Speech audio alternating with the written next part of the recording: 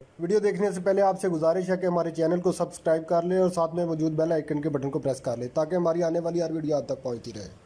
سلطان اورحان کی زندگی کا اہم کارنامہ اسلامی لشکر اور اسے ایک خاص فوجی نظام کا پابند بنانے کے لیے منصوبہ بندی کرنا ہے۔ یہ لشکر جو کئی حصوں میں منقسم تھا، ہر حصے میں 1000 سپاہی تھے۔ مال غنیمت کا 5واں حصہ اس لشکر پر خرچ ہوتا تھا۔ یہ ایک باقاعدہ فوج تھی۔ اس سے پہلے صرف جنگ کے وقت لوگ رضاکارانہ جمع ہوتے تھے، کسی باقاعدہ فوج کا انتظام نہیں ہوا تھا۔ اورحان نے اس لشکر کے لیے چھاؤنیاں بنائیں اور جہاں انہیں جنگ کی ٹریننگ دی جاتی تھی، انہوں نے ایک اور لشکر کا بھی اضافہ کیا جو تاریخ میں ینیچری کے نام سے پہچانا جاتا ہے۔ اس میں ان 9 مسلموں کو بھرتی کیا گیا جو سلطنت کی حدود کے وسیع ہو جانے کی وجہ سے عثمانی سلطنت کے شہری بن گئے تھے اور غیر مسلم اسلام دشمن طاقتوں کے ساتھ جنگ میں مسلمانوں کی کامیابیوں اور مفتوحہ علاقوں میں بسنے والے لوگوں کی ایک بہت بڑی تعداد کے اسلام میں داخل ہو جانے کی بدولت کافی تعداد میں اسلامی قلمروں میں آباد تھے۔ سلطان اورحان نے انہیں مسلم سپاہ میں شمولیت کی دعوت دی اور اسلام کی اشاعت کے سلسلہ میں ان کی خدمات بھی حاصل کی۔ اسلام قبول کرنے کے بعد ان 9 مسلموں کو دینی تعلیم دی جاتی تھی اور جب ان کی فکری اور حربی تعلیم و تربیت مکمل ہو جاتی تو انہیں مختلف جہادی مراکز میں بھیج دیا جاتا تھا۔ علماء اور فقہاء نے اپنے سلطان اورحان سے مل کر یہ کوشش کی کہ ان کے دل میں جذبہ جہاد، حفاظت دین اور فتوحات کا شوق اور شہادت فی سبیل اللہ کی محبت پیدا کی جائے۔ اسی لیے جب وہ کسی میدان جنگ میں اترتے تو ان کا نعرہ ہوتا تھا غازی یا شہید۔ کئی یورپی متعصب تاریخ نگاروں کا خیال ہے کہ ینیچری فوج نصرانیوں کے ان بچوں سے بنائی گئی تھی جو ان کے والدین سے چھین کر جبراً مسلمان بنائے گئے تھے۔ کہتے ہیں کہ اس کے لیے باقاعدہ ایک نظام اور قانون تھا۔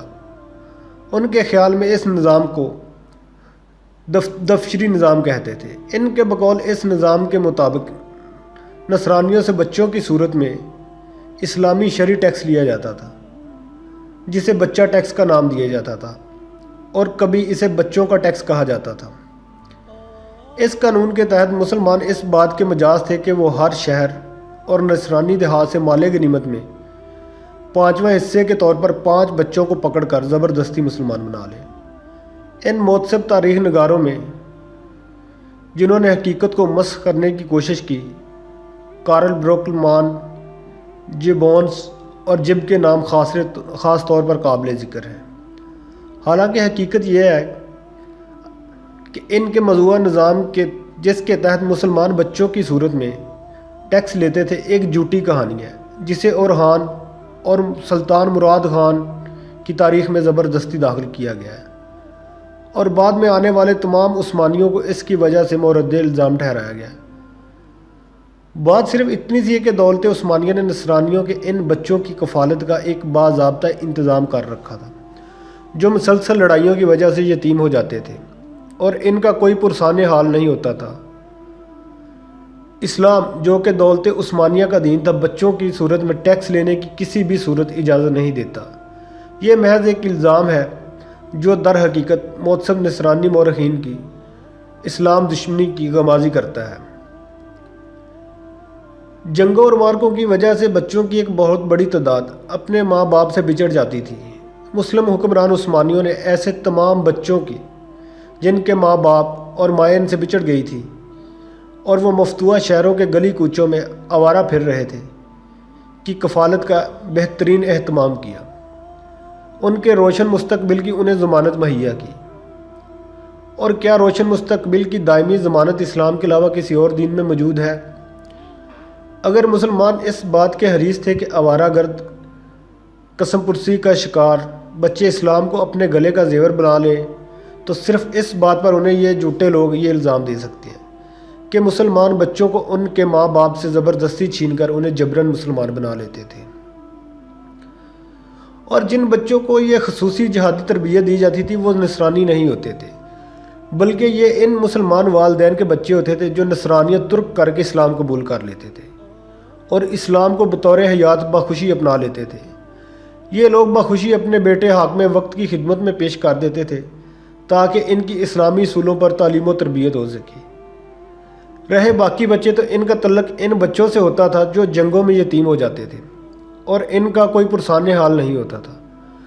دولت عثمانیہ ایسے بچوں کو اپنا لیتی تھی اور ان کی اسلامی اصولوں پر تربیت کرتی تھی، اور سلطان اورحان بن عثمان نے جو جدید لشکر تشکیل دیا، در حقیقت وہ ایک باضابطہ فوج تھی جو ہر وقت قطع نظر حالت جنگ و جنگ کے لیے تیار اپنی چھاؤنی میں موجود رہتا تھا۔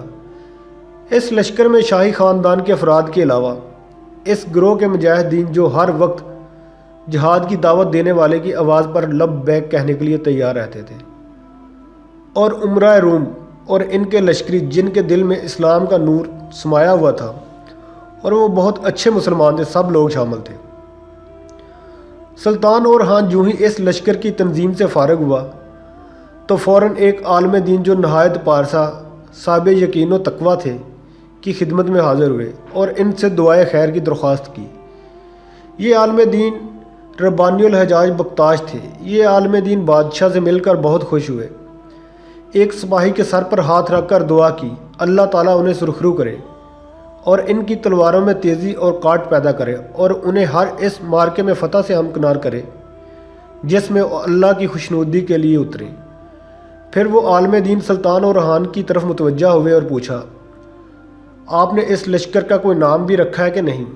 بادشاہ نے عرض کیا، حضور اس کا میں نے کوئی نام تجویز نہیں کیا۔ انہوں نے فرمایا، اس کا نام ینگ چری، جس کا مطلب نیا لشکر ہے۔ اس نئے لشکر کے جھنڈے کا رنگ سرخ تھا جس پر ہلال بنا ہوا تھا۔ ہلال کے نیچے تلوار کی تصویر تھی جس کو یمین و برکت کے لیے ذوالفقار کا نام دیا گیا تھا۔ جی ناظرین، آج کے لیے بس اتنا ہی۔